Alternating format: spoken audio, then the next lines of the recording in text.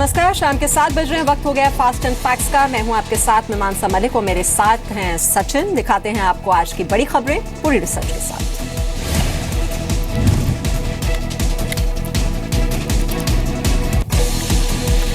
और इस वक्त रुक करते हैं पहली बड़ी खबर का, जो कि जम्मू कश्मीर सरकार के फैसले से जुड़ी है। इस फैसले पर विवाद हो गया है। दरअसल जम्मू कश्मीर सरकार ने आतंकी घटनाओं में मारे गए लोगों की एक लिस्ट तैयार की है। इस लिस्ट में शामिल लोगों को सरकार मुआवजा देगी। जम्मू कश्मीर सरकार के मुताबिक ये वो लोग हैं जिनका आतंकी गतिविधियों से कोई संबंध नहीं है, बल्कि ये लोग आतंक का शिकार हुए हैं। लेकिन हैरानी की बात यह है कि इस लिस्ट में हिजबुल के आतंकी बुरहान वानी के भाई खालिद वानी का नाम है। वही खालिद जिन्हें 2015 में सेना ने एनकाउंटर में मार गिराया था।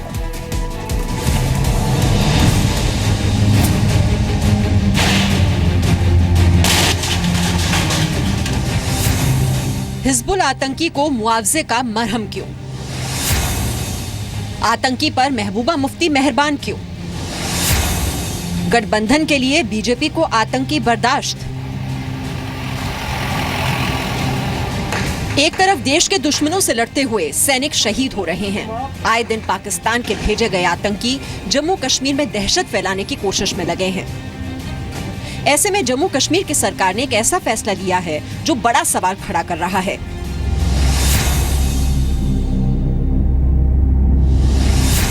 कि देश के दुश्मन को मुआवजे वाला टॉनिक क्यों? जम्मू कश्मीर सरकार आतंकी बुरहान वानी के भाई खालिद वानी के मारे जाने पर उसके परिवार को मुआवजा देने की तैयारी में है। बुरहान की तरह उसका भाई भी हिजबुल का आतंकी था, जिसे 2015 में सुरक्षा बलों ने मुठभेड़ के दौरान मार गिराया था। लेकिन अब उसी खालिद के एनकाउंटर पर परिवार को मुआवजे की बात हो रही है। दरअसल जम्मू कश्मीर सरकार ने एक लिस्ट तैयार की है जिसमें खालिद वानी का भी नाम है। इस लिस्ट में शामिल लोगों को सरकार 4-4 लाख रुपए का मुआवजा देने की तैयारी कर रही है। 17 लोगों की इस लिस्ट में वो लोग शामिल हैं जो आतंकी घटनाओं में मारे गए थे। हालांकि जम्मू कश्मीर सरकार ने इस मुआवजे पर आपत्ति जताने के लिए 7 दिनों का वक्त दिया है। तो उनमें जो है केसेस वगैरह को जो हतमी शक्ल देने से पहले जो है हम एक बार ऑब्जेक्शन मांगते हैं अखबार के जरिए। तो अभी तक जो है इनको फाइनल नहीं किया गया है। जो ही फाइनल हो जाएंगे इसके बाद जो है उस वक्त हम कह सकते हैं कि केसेस जो है अप्रूव हो गए हैं। कांग्रेस ने आरोप लगाया है कि मोदी सरकार ने आतंकियों के सामने घुटने टेक दिए हैं। दूसरी तरफ बीजेपी की दलील है कि महबूबा सरकार के इस फैसले में उससे मंजूरी नहीं ली गई। और जिन्होंने फौज पर आक्रमण किया उनको मुआवजा देना ये दर्शाता है कि मोदी सरकार और जम्मू कश्मीर की बीजेपी पीडीपी सरकार ने उग्रवाद से समझौता कर लिया है। ये देश के लिए बड़ी खतरनाक बात है। अगर बुरहान वानी के भाई को कोई कंपनसेशन का कोई प्रोविजन आता है, हम इसका विरोध करेंगे। भारतीय जनता पार्टी को ऐसे किसी मूव की कोई जानकारी नहीं है। सेना के मुताबिक खालिद मुजफ्फर वानी 13 अप्रैल 2015 को एनकाउंटर में मारा गया था और इस दिन वो पिकनिक के बहाने घर से निकला था। खालिद त्राल के जंगलों में सेना की गोली का शिकार हुआ था। सरकार के इस फैसले की कड़ी मजम्मत करते हैं। यहाँ का नागरिक जो है वो जानना चाहता है कि मिलिटेंट्स के मरने के ऊपर कंपनसेशन देना सरकार ने जो है कैसे फैसला लिया है। सवाल यह है कि जम्मू कश्मीर सरकार के इस फैसले से सैनिकों को, शहीदों के परिवार वालों को, देश की जनता तक क्या संदेश जाएगा? और जब देश की सेना खालिद को आतंकी बता चुकी है तो जम्मू कश्मीर सरकार को किस बात का शक है? नोटों की हेराफेरी के मामलों का सामने आना जारी है। बेंगलुरु में आरबीआई के कर्मचारी को हेराफेरी के मामले में गिरफ्तार किया गया है।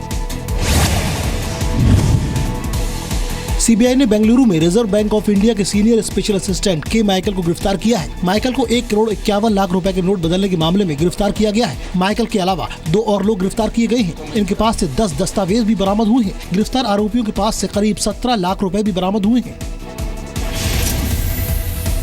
There has been a media report about one of the RBI staff at Bengaluru as well. Let me clarify that it was a junior functionary of Reserve Bank of India. The concerned employee has been suspended. We have instituted investigation and due action would be taken once the details are known. Bengaluru में ही परिवर्तन निदेशालय ने 93 लाख रुपए की नई currency जब्त की है। इस मामले में 7 लोगों को गिरफ्तार किया गया है। बेंगलुरु के अलावा देश के अलग अलग हिस्सों से पिछले 24 घंटों के दौरान करोड़ों रुपए जब्त किए गए हैं। वडोदरा में पुलिस ने करीब 20 लाख रुपए जब्त किए हैं, जिनमें से 13 लाख रुपए नई करेंसी में हैं। मध्य प्रदेश के बालाघाट से करीब 15 लाख रुपए जब्त किए गए हैं, जिनमें से 14 लाख नई करेंसी में हैं। मुंबई से सटे ठाणे में पुलिस ने करीब 10 लाख रुपए की नई करेंसी के साथ 3 लोगों को गिरफ्तार किया है। गुवाहाटी में एक कारोबारी के घर से पुलिस ने 1 करोड़ 55 लाख रुपए बरामद किए हैं। नोटबंदी के बाद सीआईएसएफ ने देश के 10 बड़े हवाई अड्डों से 60 करोड़ रुपए से ज्यादा नकद और 245 किलो सोना जब्त किया है। 3 दिनों की छुट्टी के बाद आज बैंक खुले। बैंक और एटीएम के बाहर लोगों की लंबी लंबी कतारें लग गई। 3 दिन की छुट्टी के बाद बैंक खुलने से पहले ही लोग बैंक और एटीएम के बाहर जमा हो गए।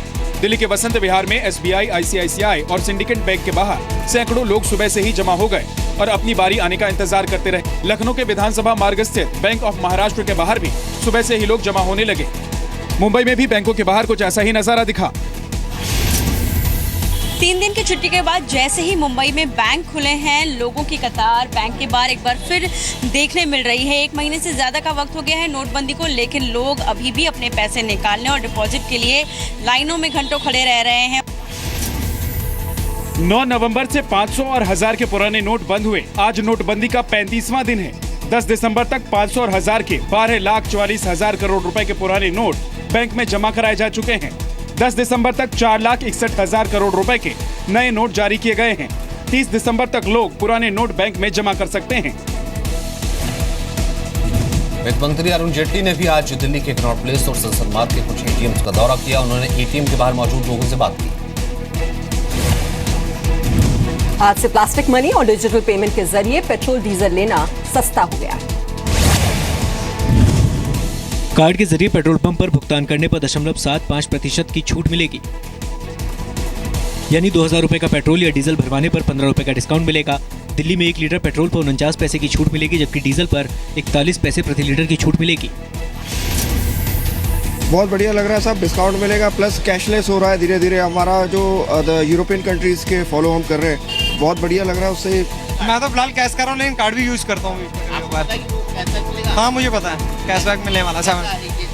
सिस्टम अच्छा है, ये बेनिफिट आ रहा है 75 पैसे का, वो भी हमारे लिए फायदा है, तो हमें काफ़ी अच्छा लगा उसका।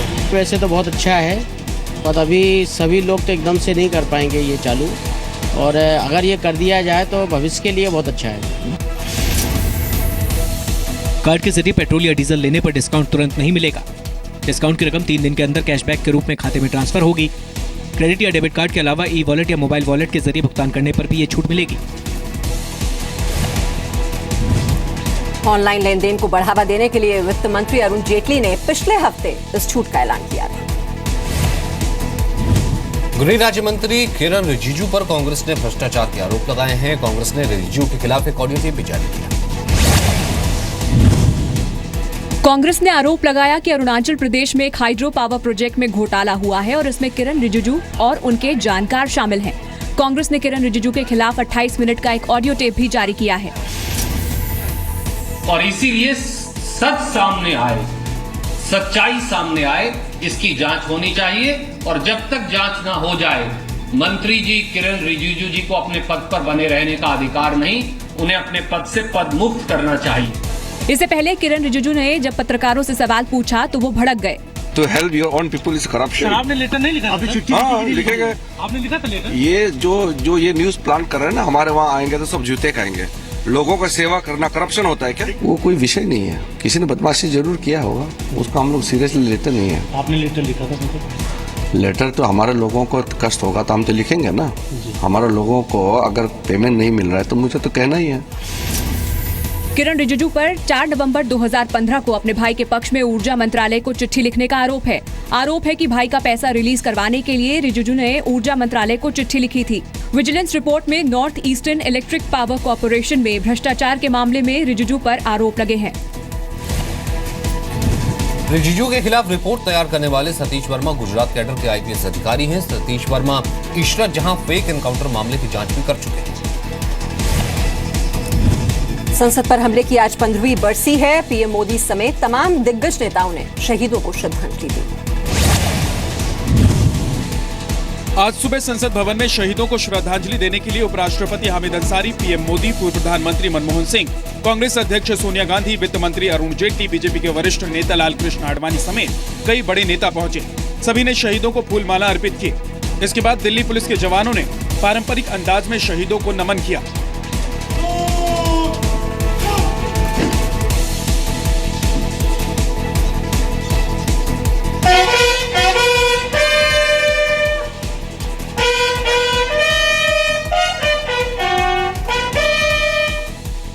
श्रद्धांजलि के बाद पीएम मोदी ने ट्वीट किया, 2001 में संसद पर हुए हमले में अपने प्राणों की आहुति देने वाले शहीदों को सलाम। उनकी बहादुरी कभी भी भुलाई नहीं जा सकेगी।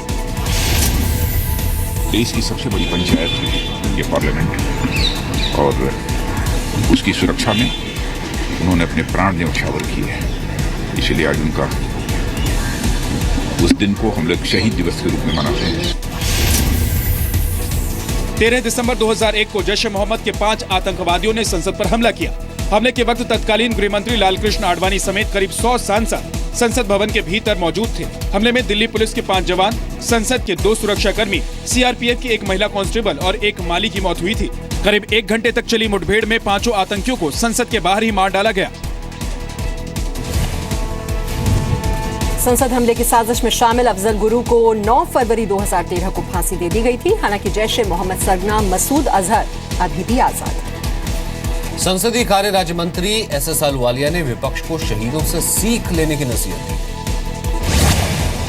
संसद के हमले पर टीएमसी सांसद डेरेक ओब्रायन ने कहा कि संसद चलाने की जिम्मेदारी सरकार की है, विपक्ष की नहीं। इस पर एसएस अहलुवालिया ने जवाब दिया, कहा कि शहीदों ने संसद के लिए अपनी जान की आहुति दी, तो क्या विपक्ष देश की भलाई के लिए संसद में शांति से कामकाज नहीं कर सकता?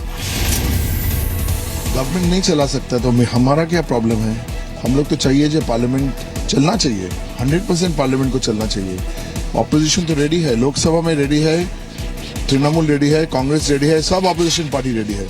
आओ शुरू करें डिबेट कल 11 बजे। आज तो शहीदों को श्रद्धांजलि देने के लिए लोग आए हैं और आकर यहाँ से भी कुछ सीखना चाहिए।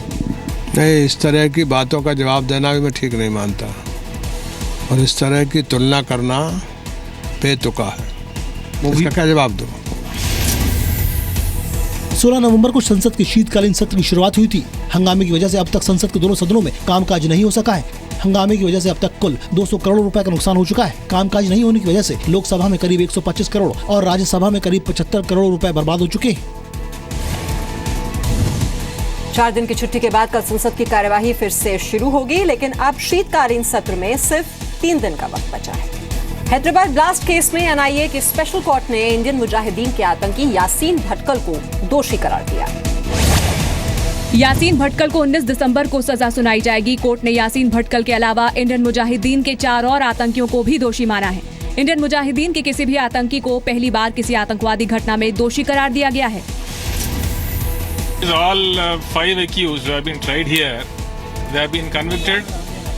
They have been convicted for various offences under the IPC Unlawful Activities Act. 21 फरवरी 2013 को हैदराबाद के दिलसुख नगर में 2 बम विस्फोट हुए। बम धमाकों में 18 लोग मारे गए और 100 से ज्यादा लोग घायल हुए थे। इस मामले में इंडियन मुजाहिदीन के रियाज भटकल, यासीन भटकल, अब्दुल्लाह अख्तर, तहसीन अख्तर, रहमान और एजाज शेख के खिलाफ मुकदमा चला। रियाज भटकल इस मामले में अभी तक फरार है। रियाज इंडियन मुजाहिदीन का संस्थापक भी है। अगस्त 2013 में यासीन भटकल को बिहार नेपाल बॉर्डर से गिरफ्तार किया गया था।